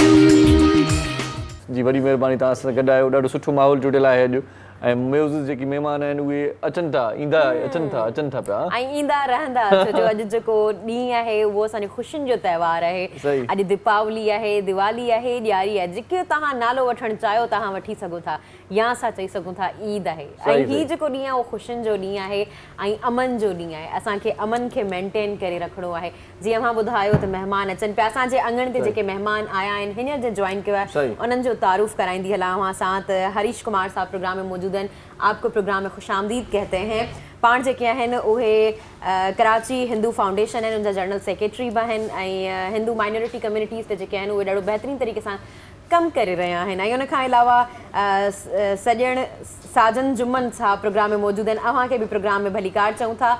ऐं पाण जेके आहिनि उहे हिकिड़ी वेलफेयर आहिनि हलाए रहिया आहिनि, उन्हनि जा चेयरमैन बि आहिनि ऐं पाण बिज़नेसमैन बि आहिनि ऐं उन्हनि जी जेके आहिनि वाइफ बस असां गॾु मौजूद आहिनि प्रोग्राम में। टीना साहिबा प्रोग्राम में अव्हांखे भलीकार चऊं था, खुश आमदीद कहते हैं। उनजा ॿ ॾाढा गुलनि जहिड़ा प्यारा ख़ूबसूरत ॿार बि मौजूद आहिनि, सपना ऐं सुमित। अव्हां ॿिन्हिनि खे प्रोग्राम में भलीकार चऊं था। सही। सो हाणे ऐं गायत्री जो जेको आहे न उहो असां भॼन ॿुधूं था। वाह वाह वाह, गायत्री मंत्र गायत्री मंत्र ॿुधूं था असां। वाह वाह। असां पूरी कोशिशि कई आहे त असां उहे लफ़्ज़ उहे ॻाल्हि करे सघूं। ग़लती थिए त माज़रतुनि लाइ असां पहिरीं खां। जी सर। ॐ भूर्भुवस्वः ॐ तत्सवितुर्वरेण्यं भर्गो देवस्य धीमहि धियो यो नः प्रचोदयात्। ॐ भूर्भुवस्वः ॐ तत्सवितुर्वरेण्यं भर्गो देवस्य धीमहि धियो यो नः प्रचोदयात्। ॐ भूर्भुवस्वः तत्सवितुर्वरेण्यं भर्गो देवस्य धीमहि धियो यो नः प्रचोदयात्। ॐ भूर्भुवस्वः तत्सवितुर्वरेण्यं भर्गो देवस्य धीमहि धियो यो नः प्रचोदयात्। ॐ भूर्भुवस्वः तत्सवितुर्वरेण्यं भर्गो देवस्य धीमहि धियो यो नः प्रचोदयात्। ॐ भूर्भुवस्वः तत्सवितुर्वरेण्यं भर्गो देवस्य धीमहि धियो यो नः प्रचोदयात्। जी जी जी जी के पैदा करण वारो ई आहे ऐं असां उन खां दुआ था घुरूं त असांखे सही रस्तो ॾेखारे जीअं असीं सही कमु करे सघूं। सही सही। इहो माना पढ़ियो सुबुह सुबुह सां वेंदो आहे या जंहिं महिल दिलि चवे? जंहिं महिल दिलि चवे असां वटि, छो जो तव्हां वटि नमाज़ जा टाइम आहिनि, पर मोस्टली असां वटि ईअं थींदो आहे त हिंदुनि में असुर वारो टाइम बि बहितर सम्झो वेंदो आहे, संझा वारो टाइम शाम जो, इहे ॿ टाइम अहिड़ा आहिनि जिन में बाक़ी त कंहिं बि वक़्तु इबादत करे। हिनजो तमामु ख़ूबसूरत जवाबु आहे। रामायण में वाल्मीकि ऋषि जीअं रामायण लिखी हुई उनजो जेको असुलु कमु हुयो न उहो कमु हुयो धाड़ा हणणु, फुरूं करणु। अच्छा। पोइ उहो वाल्मीकि ऋषि कीअं थियो जो उनजो जॾहिं हिकु दफ़ो किथां धाड़ो हणी त वापसि वियो त उनखे रस्ते में कुझु अहिड़ा पंडित मिली विया जिन उन्हनि खे चयो त तूं धाड़ा हणी थो ऐं हीउ जेको ग़लति कमु करीं थो हिनजी सज़ा जेको भोॻींदे उहो केरु भोॻींदो? चईं मां त हणां थो पंहिंजे घर वारनि जे लाइ कमायां, उन्हनि जे लाइ मानी उन्हनि खे खारायां थो त उहे ई भोॻींदा। चईं उहे कान भोॻींदा, वञे पहिरीं उन्हनि खां पुछी अचु त उहे भोॻींदा। वियो पंहिंजे घर वारनि वटि, चईं बाबा हीअ मां चोरियूं धाड़ानि जी सज़ा, चईं बाबा सज़ा तूं ॼाण, असांजो तुंहिंजो फ़र्ज़ु आहे असांखे खाराइण। इहा बि हिकिड़ी वॾी नसीहत आहे हिते रामायण में। रामायण में अजीब नसीहतूं आहिनि जेके माना माण्हू खे डेली लाइफ में तव्हांखे चेंज आणनि थियूं। उहा जेका हिकिड़ो मिनट मां कंटिन्यू करे वठां, हुनखे जॾहिं पोइ हुननि आदेश ॾिनो त बाबा तूं हाणे राम नाम जप, तुंहिंजा पाप मिटिजी वेंदा। त हुनखे राम राम, हू हुयो धाड़ियल, राम राम त विसरी वियो, मरा मरा जपणु लॻो, मरा मरा मरा मरा। त गायत्री मंत्र या को बि सुठो नालो या इबादत तव्हां कंहिं बि टाइम करियो उनजो फ़ाइदो ई आहे, नुक़सान न आहे। त मरा मरा जॾहिं चई त मरा मरा त पोयां राम राम बि थी थो वञे, मरा मरा मरा। राम राम त हुनखे उनजो एॾो फ़ाइदो थियो जो हू हिकिड़े चोर धाड़ियल मां वाल्मीकि ऋषि थी उन रामायण लिखी। सही माशाल्लाह। त गायत्री मंत्र या इबादत जो को बि टाइम मुंहिंजे ख्याल में जंहिं टाइम भी तव्हां करियो उनजो तव्हांखे फ़ाइदो ही आहे। सही सही। साजन साहब हमारे साथ हैं। साजन साहब, देर आए दुरुस्त आए, प्रोग्राम में शामिल हुए, आप बहुत शुक्रिया आपका। कैसे सेलिब्रेशन होती है आपकी? माशाल्लाह बच्चे भी आपके साथ हैं, पूरा दिन घुमाते फिराते रहते हैं, क्या है? अच्छा, ऐसा है कि जैसे हमारे प्यारे दोस्त हमारे साथी ने कहा है रामायण के हवाले से, तो मैं ये बताना चाहूँगा कि रामायण जो है वो 2 तरह से बनाई गई है। अच्छा। एक रामायण जो हमारी मुक़द्दस किताब है जिसकी पूरी हिस्ट्री श्री रामचंद्र भगवान के नाम से और रावण के हवाले से जो है बताई गया है। लेकिन एक रामायण जो लिखी है वो तुलसीदास महाराज ने लिखी है। तो यहाँ पर थोड़ा सा मामलात हमारे जो ना कौम परस्ती के अंदर आ रहे होते हैं, तो लोग जो जिसे लोग दलित कहते हैं ना, उन लोगों को ये मामलात बहुत ज़्यादा हिंदुस्तान के अंदर और दुनिया के अंदर बहुत ज़्यादा ख़राब जा रहे हैं इसी मामलात को लेके। ऐसा नहीं है। गुरु महर्षि वाल्मीकि स्वामी जो गुरु थे, वो उन्होंने जब ये हिस्ट्री श्री रामचंद्र भगवान के आने से पहले और मैया सीता आने से पहले और जो रामायण से उनके आने से पहले ही उनकी हिस्ट्री ये लिख दी गई थी। अच्छा। लेकिन ऐसा नहीं था। लोग उन्हें बहुत गलत तरीके से उनके बयान भी दे रहे होते हैं, उनको बता रहे होते हैं। तो ऐसा नहीं है, ऐसा हिस्ट्री के अंदर नहीं लिखा है। रामायण में वादा तौर पर देखिए, रावण में जो गुरु वाल्मीकि स्वामी ने जो रामायण लिखी है उसमें बाकायदा श्री रामचंद्र भगवान की हिस्ट्री लिखी है आने के बारे में। और दिवाली का जो कॉन्सेप्ट आता है तो श्री रामचंद्र, देखिए हम बात तो करते हैं रामायण की या राम की, लेकिन हम पूजा तो माता लक्ष्मी की कर रहे हैं। सही। तो वो जिक्र तो लक्ष्मी माता का वहाँ है ही नहीं धर्म के अनुसार। अगर है तो वो मुझे आप इसके बारे में बताएं। अच्छा, फिर हम गुरु जी के वर्ष में गलत अल्फाज यूज़ कर रहे हो जो कि हमें नहीं करना चाहिए। ऐसा नहीं है, क्योंकि वो हज़ारों साल पहले थे, उन्होंने आकर एक हिस्ट्री लिखी देवी देवता के बारे में, उनके आने से पहले उनकी हिस्ट्री लिखी।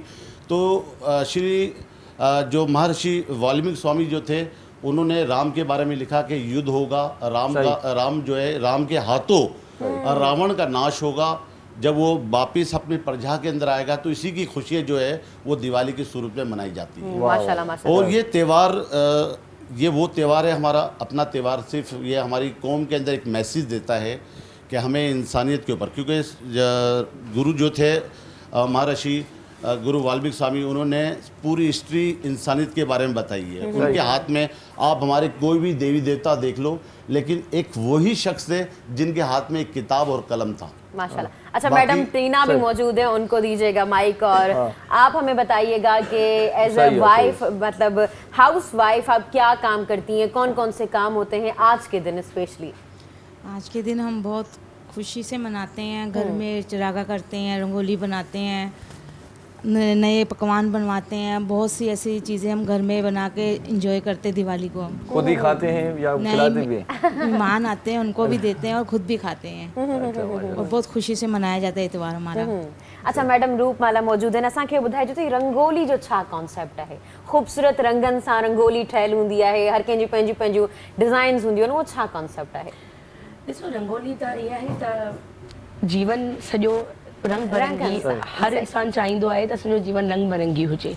रंगोली जो बेसिकली दिवाली सां ताल्लुक़ कोन्हे, हू होली जो हिकिड़ो सिंबल आहे, पर असां ज़ाहिर इनखे इन करे कंदा आहियूं छाकाणि त हू हिकिड़ो त डेकोरेशन में बि अची वेंदी आहे, ऐं प्लस में हिकिड़ो उन सां जेके मुख़्तलिफ़ क़िस्म जा जेके रंग हूंदा आहिनि उहे बि उन शइ खे मतिलबु लाइटनिंग सां गॾु उनखे उन सिंबल खे शो कंदा आहिनि त ही जेको ॾिहाड़ो आहे मतिलबु रोशनी सां गॾु गॾु रंगीन बि आहे।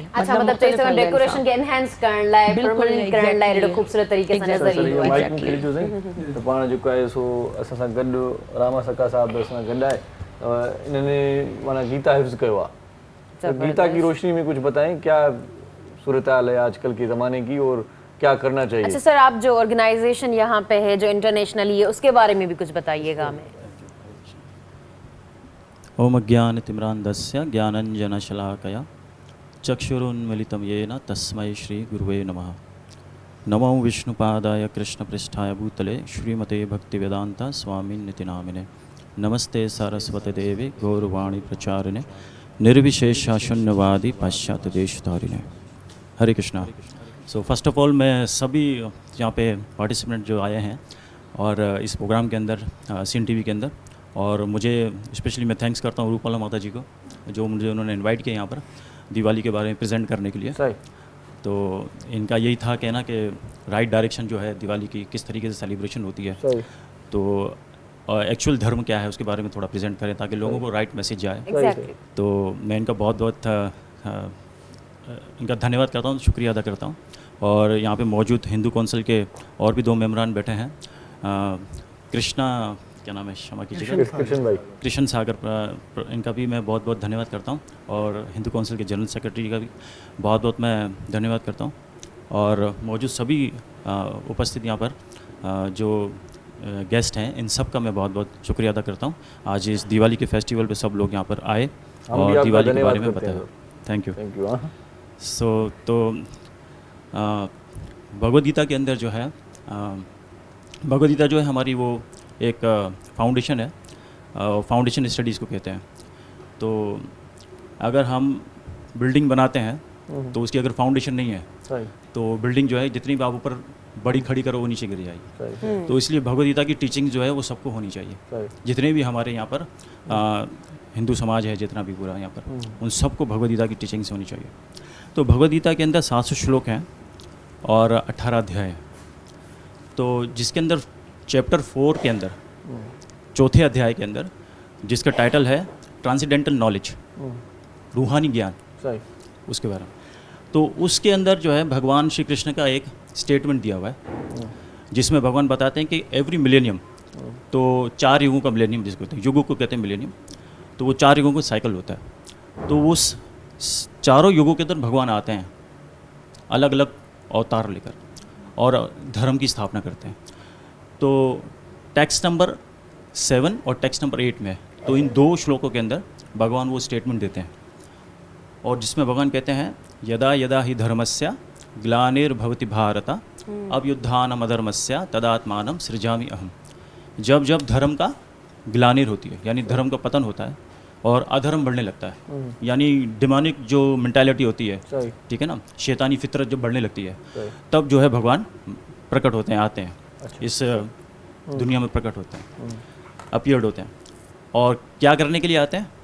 3 चीज़ें वहाँ पे बताएंगे। एक्सटर्नल है 3 चीज़ें एक्चुअली, कुछ इंटरनल होते हैं लेकिन वहाँ पे एक्सटर्नल चीज़ें बताइए।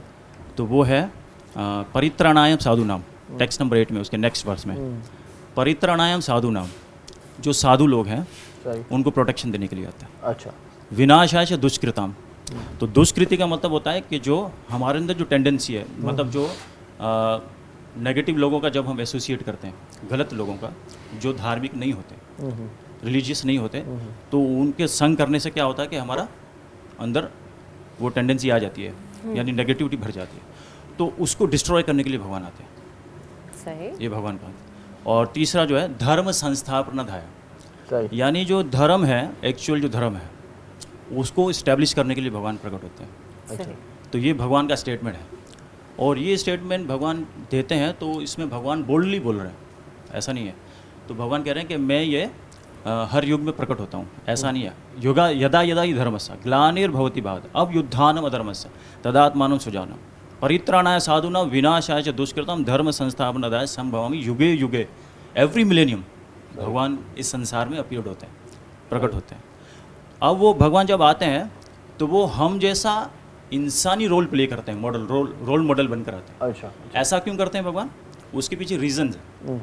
रीज़न क्या है? क्योंकि हम लोग एक इंसान है, सब लोग, ठीक है। तो हमारी जितना जो नेचर है, हमारी जितनी जो मेंटालिटी है, हमारी जितनी सोच है, तो उसके अकॉर्डिंगली भगवान हम सब हमारे साथ में वो डील करते हैं।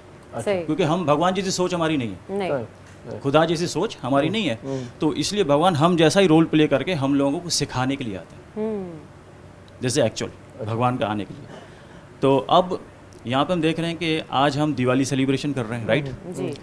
तो दिवाली सेलिब्रेशन का जो एक्चुअल जो बताया गया है वो क्या है? जैसे दीपावली का जो फर्स्ट हम मीनिंग्स देते हैं, दीपावली के मीनिंग्स क्या है? तो दीप का मतलब होता है, एक्चुअल नेम है दीपावली, दिवाली अनदर नेम, ठीक है। तो दीप जो है उसको बोलते हैं कैंडल या मोमबत्ती या दिया, लैंप। और वली का मतलब होता है नंबर्स, यानी बहुत सारे, ठीक है, उसको कहते हैं दीपावली। ये एग्जैक्ट इसका मीनिंग है दीपावली। सही। तो जैसे कि हमें कृष्णा सागर ने शुरू में स्टार्ट में बताया था कि भगवान राम जो है वो रावण को मारने के बाद अयोध्या लौटते हैं, ठीक है ना, ये बिल्कुल परफेक्ट है। तो भगवान राम जब रावण को मारते हैं तो रावण को मारने का दिन होता है उसको कहते हैं विजयदशमी, राइट। विजयदशमी का मतलब होता है दशहरा, यानी भगवान रावण को जो है ना एक बेनेडिक्शन मिला था, एक वरदान मिला था जिसमें उनके 10 सर थे उसके। तो इसलिए वो 10 सर वाले रावण को मारा गया तो नाम पड़ा दशहरा। अच्छा अच्छा। भगवान ने उसको हरण किया, मारा उसको। तो वो करने के बाद उसके 5 दिन के बाद भगवान जो है अयोध्या लौटते हैं। अच्छा। हाँ। और अयोध्या लौटते हैं भगवान, तो अयोध्या लौटने के एक दिन पहले हनुमान जी को वहाँ भेजते हैं अयोध्या में। और भगवान राम के 4 भाई थे, भरत, शत्रुघ्न और लक्ष्मण। जो लक्ष्मण जो है भगवान राम के साथ में होते हैं। तो भगवान राम वहाँ पर भरत को ये बताने के लिए भेजते हैं पहले कि जाओ उनको कहो सीता, राम और लक्ष्मण ये सारे अभी आने वाले हैं, तो आप लोग सब जो है वो उनकी ग्रैंड वेलकम के लिए आप लोग रेडी हो जाए। सही सही। तो इस तरीके से ये होता है। तो भगवान राम जब वहाँ पर पहुँचते हैं अयोध्या में, तो अयोध्या में पहुँचकर जब देखते हैं कि चारों तरफ जो अंधेरा होता है 14 साल से, पूरा डार्क होता है अयोध्या 14 साल से, तो वो जो है रोशन किया जाता है लैंपों से। तो उसको कहते हैं दीपावली। वो सेलिब्रेशन हुआ, इतने सारे दीपों से वो रोशन किया गया वो पूरा शहर। तो हम सोच सकते हैं कि कितने लार्ज क्वांटिटी के अंदर लैंप होंगे, पूरा लैंपों से। और ये लैंप जो नेचुरल एक रोशनी है ना, उससे तो उससे बहुत ज़्यादा हाँ ट्रांसीडेंटल एक वाइब्रेशन भी ऑलरेडी मतलब ऑटोमेटिकली आती है इस तरह। तो अभी मैं न्यूज़ सुन रहा था कि सुबह में, जिसमें ये बताया था अयोध्या, भगवान राम आए अयोध्या के अंदर। अयोध्या का मीनिंग्स है कि ऐसा शहर जिसका मुकाबला कोई नहीं कर सकता। अच्छा। उसको कहते हैं अयोध्या, जिससे युद्ध कोई ना कर सकता। अच्छा। जिसके अंदर बहुत बड़े बड़े महारथी रहते हैं, उसको कहते हैं अयोध्या। तो भगवान राम वो वहाँ पर प्रकट हुए थे, तो वहाँ पर 15 लाख लैंप जो है आज के दिन जलाए गए।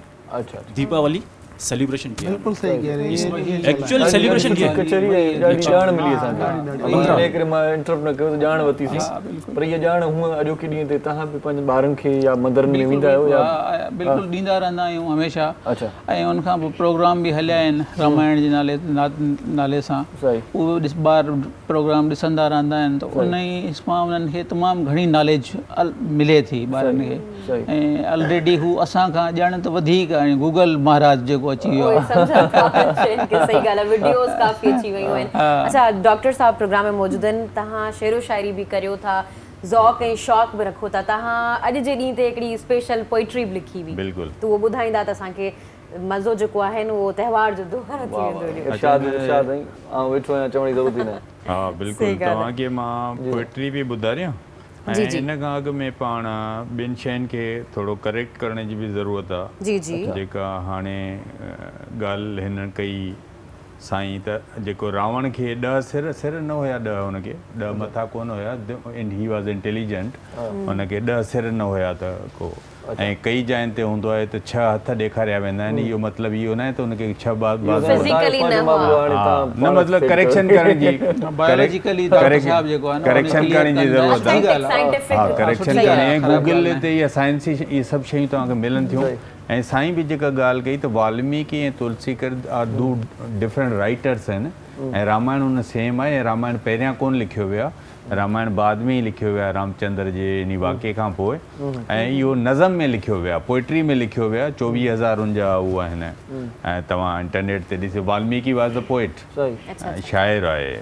त इन जे करे त इनखे शयुनि खे करेक्ट करण जी त असीं त लेटेस्ट उनखे पढ़ण बि खपे, ॿुधल ॻाल्हियुनि ते न हलणु खपे। अच्छा, हिकिड़ी मूं नज़म लिखी हुई ॾियारी जे हवाले सां, अचो त अॼु दीप जलायूं, अचो त अॼु दीप जलायूं, ॾियारीअ जो ॾींहुं मल्हायूं, अॼु जा सभई रावण मारे सीताउनि जी लॼ बचायूं, अचो त अॼु दीप जलायूं। रावण इंडिकेट करे थो हिकिड़े ज़ालिम खे, ऐं औरत खे पाण बचायूं, माना मज़लूम। ऐं औरत अॼु ॾींहं ताईं असां वटि मज़लूम आहे, उहा भले हारपे में हुजे या घर में हुजे या किथे बि। केतिरी बि औरत वॾी थी वेंदी आहे, मोहतरमा बेनज़ीर भुट्टो बि जो औरत खे घर जो कमु बि पोइ बि ऐं हुनखे करिणो थो पए। मेल डोमिनेटेड असांजी जेका सोसाइटी। हंस वियो ऐं कंस वियो, ॿई ज़ालिम अलॻि हिकिड़ा इंडिकेट कनि था ऐं इहे बि हुन जा हिस्ट्री जा हिकिड़ो हिसो रहिया आहिनि। हंस वियो ऐं कंस वियो, अॼु रावण वियो ऐं रहज़न वियो। अचो त सभु गॾिजी सरजी बम फटाका खूब वॼायूं, अचो त अॼु दीप जलायूं। हर औरत अॼु जी सीता थे, हर औरत अॼु जी सीता थे, हर मर्द लक्ष्मण भरत थे, पाण थियूं सभु राम स्वरूप, हर ॿार खे लव ऐं कश बणायूं। लव ऐं कश राम जे ॿारनि जो नालो आहे, जंहिंजे लव जे नाले ते लाहौर ऐं उन ते आहे लव ऐं कश। ऐं लक्ष्मण ऐं भरत जा भाइर आहिनि, उन्हनि बि हिकिड़ो पॉज़िटिव रोल प्ले कयो आहे। त इन करे चऊं था सभई माण्हू राम मर्द लक्ष्मण भरत थियनि, पाण राम जो किरदारु अदा कयूं त जीअं उनखे पाण बहितर करे सघूं। अॼु ज़ात पात जा फ़र्क़ु मिटाए, नफ़रतुनि जा ककर हटायूं, राम जा भेलिणीअ जा ॿेर खाई, मोहबतुनि जा मींहं वसायूं, अचो त अॼु दीप जलायूं। जॾहिं रामचंद्र उतां रस्ते मां गुज़रियो त कहिड़ी भीलणी उनखे ख़बर पई त रामचंद्र हितां हाणे ईंदो, त हुन ॿेर उहा विकिणंदी हुई, पर हुन चयो त मतां को ॿेर अहिड़ो कौड़ो न निकिरे जो राम खे आउं ॾियां। त हुन सभिनी खे चखे करे रखियो, टेस्ट करे त सभु मिठाई हुजनि। हा, त उन जेके चखियल ॿेर रामचंद्र हुन जा खाधा, त इहो माना हुनजो आहे त राम जा भेलिणी जा ॿेर खाई, मोहबतुनि जा मींहं वसायूं, अचो त अॼु दीप जलायूं। हीअ आख़िरी पहिरां जेका असांजी सोसाइटी खे आहे, त अॼु हिंदू मुस्लिम गॾिजी सॾिजी, अॼु हिंदू मुस्लिम गॾिजी सॼी मज़हबनि जा फ़र्क़ु मिटाए, हिक ॿिए खे गले लॻायूं, ॾियारी जो ॾींहुं मल्हायूं, अचो त अॼु दीप जलायूं।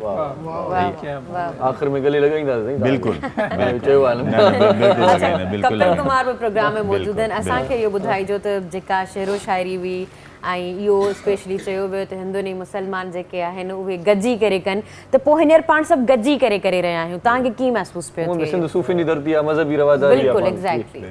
हिंदू मुस्लिम खां पहिरें मां चईंदुमि सॼा हिंदू बि गॾिजी करे, जेके असां में डिफरेंट सेक्टर्स अची विया आहिनि, डिफरेंट फ़िरका अची विया आहिनि, असां में बि थोरा घणा, सभिनि खे मिली करे कमु करिणो पवंदो, को अलॻि न आहे, सभु हिकिड़े ई मालिक जा आहियूं। पोइ अचूं था मुस्लिम बि गॾिजी वञनि, क्रिश्चियन बि गॾिजी वञनि, सॼी दुनिया गॾिजे। तव्हां ख़बर आहे दुनिया में 98% जेके प्रॉब्लम्स आहिनि उहे मज़हब जे करे आहिनि, 2% पॉलिटिकल इशूज़ आहिनि, 98% जेके प्रॉब्लम्स आहिनि मज़हब जा आहिनि। अगरि असां मज़हब खे थोरो साइड करे छॾूं न पंहिंजे रोज़मर्रा जी चीज़नि मां, त 100% हैप्पीनेस अची वेंदी। ऐं जीअं ॻाल्हि कई न रंगोली छो चाहींदा आहियूं, रंगोली इन जे लाइ ठाही वेंदी आहे की छो जो लक्ष्मी माता असांजो कॉन्सेप्ट आहे की उहा विज़िट कंदी आहे एवरी हाउस उन ॾींहं ते, दिवालीअ ॾींहं ते, त उनखे वेलकम करण जे लाइ छो जो जेकी रंगोली हूंदी आहे न उनखे को बि ॾिसी करे जॾहिं गुस्से में बि हुजे न उहो ख़ुशि थी वेंदो आहे, त उहा पॉज़िटिविटी जी साइन हूंदी आहे, हैप्पीनेस जी साइन हूंदी आहे। त उन हैप्पीनेस की साइन खे हर को पंहिंजे घर जे ॿाहिरि रंगोली और ॾिया ढकंदो आहे कि जंहिं लक्ष्मी माता अचे त उहा ख़ुशि थी अचे घर में। असां चाहियूं था त असां बि हिते फुलझड़ियूं बि ॿारियूं, बिल्कुलु, ऐं केक बि कटियूं, इन लाइ पाण पहिरियां ब्रेक था वठूं त उहो तमामु करे वठूं। सो शॉर्ट कमर्शियल ब्रेक आहे, तव्हां असां सां गॾु रहिजो, ॾिसंदा रहिजो। सलाम सिंध। मुझे सिंध के सलाम सलाम सिंध, मुझे सिंध के सलाम सलाम सिंध। सलाम सिंध में हिकु भेरो वरी तव्हांखे वरीकार चऊं था, ऐं हिकु भेरो वरी तव्हांखे हैप्पी दिवाली बि चऊं था। जेकी बि हिंदू सिंध में रहनि था तमामु घणियूं मुबारकूं हुजनि तव्हांखे, ख़ुशियुनि जो त्योहार आहे। किशन साहिबु हिते हिंदू काउंसिल जे बारे में थोरो ॿुधाइजो, का तकरीब थिए पई, छा पियो थिए? Hindu council first time Karachi में सुभाणे हिकिड़ो प्रोग्राम अरेंज करे दिवाली फंक्शन, जेको mid in the sea and open on the sky.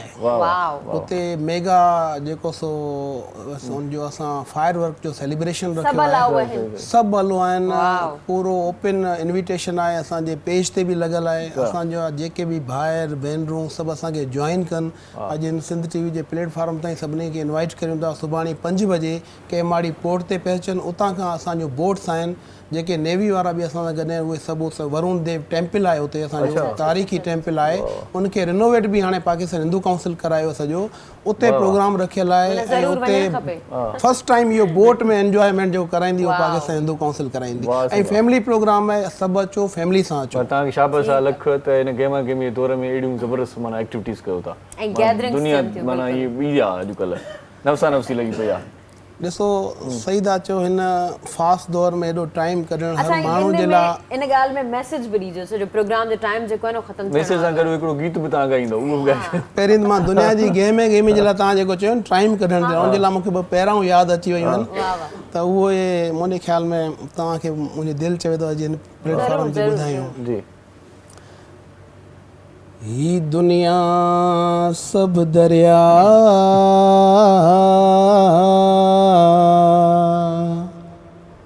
हो को तारू ते मंझ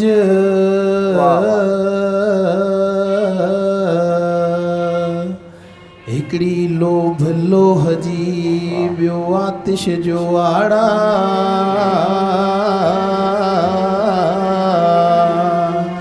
ओ सदके करे सा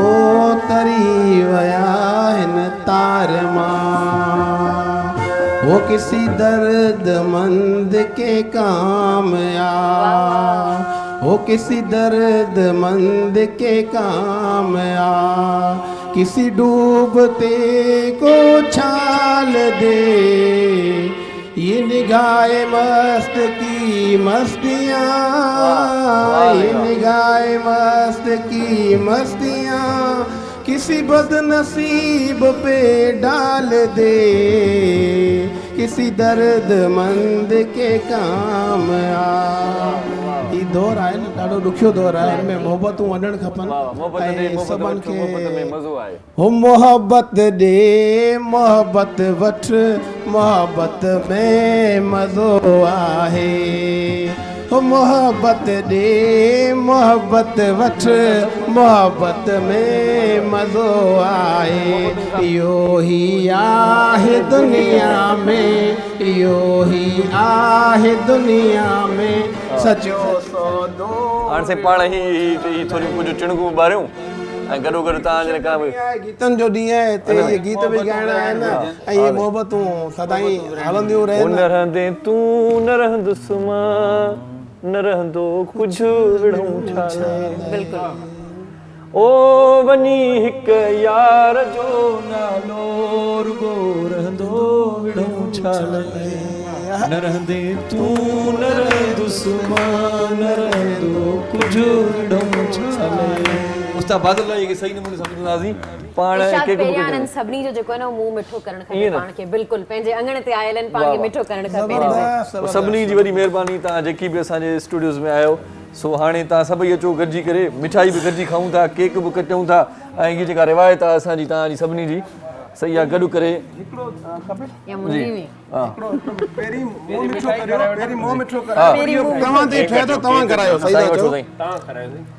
चलो मां पहिरीं इरशाद खे करायां वाह वाह बी पहिरें तव्हां हिकिड़ो खायो न ईअं न ईअं कीअं इहो अधु खाइबो ई न आहे मां पाण कीअं खायां तव्हांखे तव्हां खारायो हिंदू काउंसिल दी खाराए बिस्मिल्लाह जी नहीं आदा वाह वाह वाह वाह क्या बात है भाई मां शुक्र खाना वाले खाराइण असांखे खपे वाह ये तू मुझे सनम आई मैं तुझे सनम आया अने असां तव्हांखे खारायूं वाह वाह वाह सही जबरदस्त जबरदस्त यही मोहब्बतूं आहिनि सर मां खाया सर क्या शुगर है क्या अच्छा बढ़ता सही अच्छा मैडम आप भी आ जाएं अच्छा हाणे केक कटे होने अचो अचो वाह वाह हैप्पी दिवाली नहीं happy Diwali happy Diwali happy Diwali happy Diwali so cake खाऊं पोइ था पाण ही कम करे वठो हिकिड़ो कपिल हिकिड़ो मां सब सारे से ज्वाइन करेंगे ना तो ये ज्वाइन हो जाएगा ठीक है एक आप चलाओ बाकी सब ज्वाइन हो जाएंगे एक अगर चल गया ना सब चल ये नजदीक नहीं थोड़ा दूर हाँ थोड़ा दूर कैसे जुगत करूं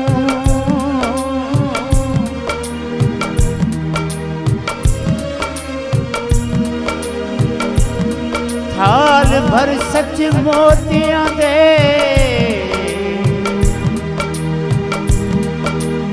ऊपर नैन धरूं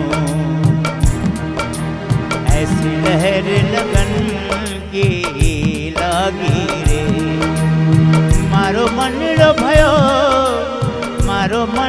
भयो उदासी रे ऐसी लहर लगन की लागी रे लहर लगन की लागी रे लहर लगन की लागी मॉर्निंग शो सलाम सिंध जा तमाम एपिसोड्स ॾिसो हाणे HD क्वालिटीअ में। विज़िट करियो असांजो YouTube channel Sindh TV HD।